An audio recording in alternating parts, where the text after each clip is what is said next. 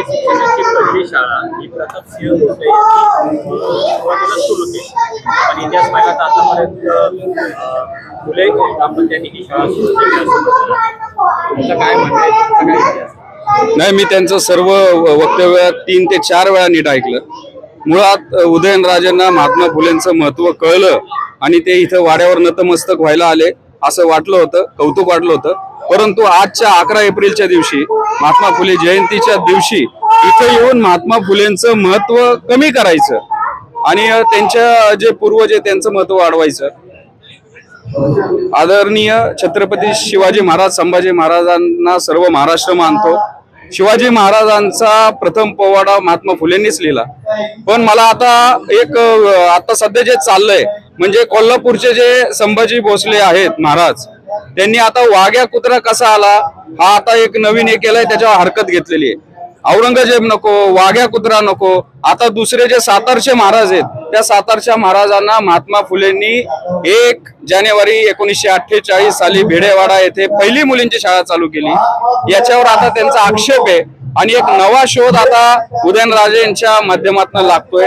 नक्कीच हा आणि याच्यासाठी मला असं वाटतंय सगळे इतिहास तज्ञ आतापर्यंतचे संशोधक फेल ठरलेले आहेत आणि उदयनराजेंनी हा जो गौप्यस्फोट केलाय हा महाराष्ट्राचा जे सामाजिक आणि जो शैक्षणिक क्रांतीचा इतिहास आहे त्याच्यामध्ये हा खूप मोठा एक धक्का देणार आहे.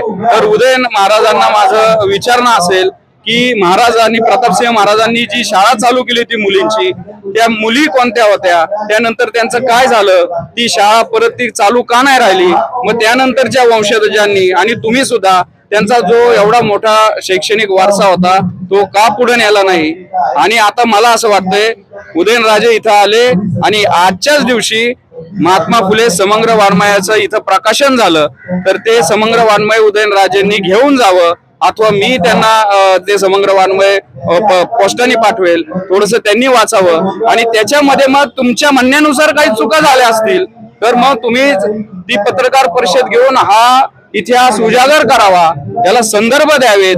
मग जे कोण संशोधक होते 150 वर्षापासूनचा जो इतिहास सर्वश्रुत आहे, सर्व त्याच्यामध्ये संदर्भ आहेत, संशोधक आहेत, भांडारकर प्राच्यविद्या असेल, अनेक लेखकांनी लिहिलेलं आहे. यांच्या नजरेस हे प्रतापसिंह महाराजांनी चालू केलेली मुलींची पहिली शाळा कशी नाही आली हा माझा सवाल आहे. मी म्हणतो आता नवीन इतिहास संशोधक निर्माण होता, ते एक संभाजी महाराज कोल्हापूरचे आता ते नवीन एक इतिहास लिहितात, ते त्यांना पाहिजे तसा इतिहास आता लिहायचं चालू आहे असं मला वाटतं. औरंगजेब नकोय, वाघ्या कुत्रा नकोय, दादोजी कोंडदेव नकोय आणि आता उदयन महाराजांना पहिल्या मुलींच्या शाळेचे प्रणेते महात्मा फुले नकोयत तर महात्मा फुले अनुकरण करतात. म्हणजे महाराष्ट्रामध्ये आता सध्या चाललंय काय, इतिहास नव्याने लिहायचा, साजेसा लिहायचा असा छत्रपतींच्या वंशजांचा हा प्रयत्न अत्यंत दुर्दैवी आहे. इथे असं येऊन बोलणं मागे हेतू काय असू शकतो? नाही, हेतू मला तोच हेतूबद्दल शंका येते. आतापर्यंत उदयन महाराज इथं आलेले कधी दिसले नाहीत. ते आले, आम्ही सर्व फुले प्रेमी आणि पुरोगामी विचारवंत आम्ही स्वागत केलं, आम्हाला चांगलं वाटलं. आज शिवाजी महाराजांचा पोवाडा लिहिणारे महात्मा फुलेच्या स्मारकाला नमन करण्यासाठी आज महाराजांचे वंशज आलेत. पण त्यानंतरच त्यांनी त्यांचं ते दुसरं रूप दाखवलं आणि पहिली मुलींची शाळा ती महात्मा फुलेंनी सुरू न करता प्रतापसिंह महाराजांनी केली.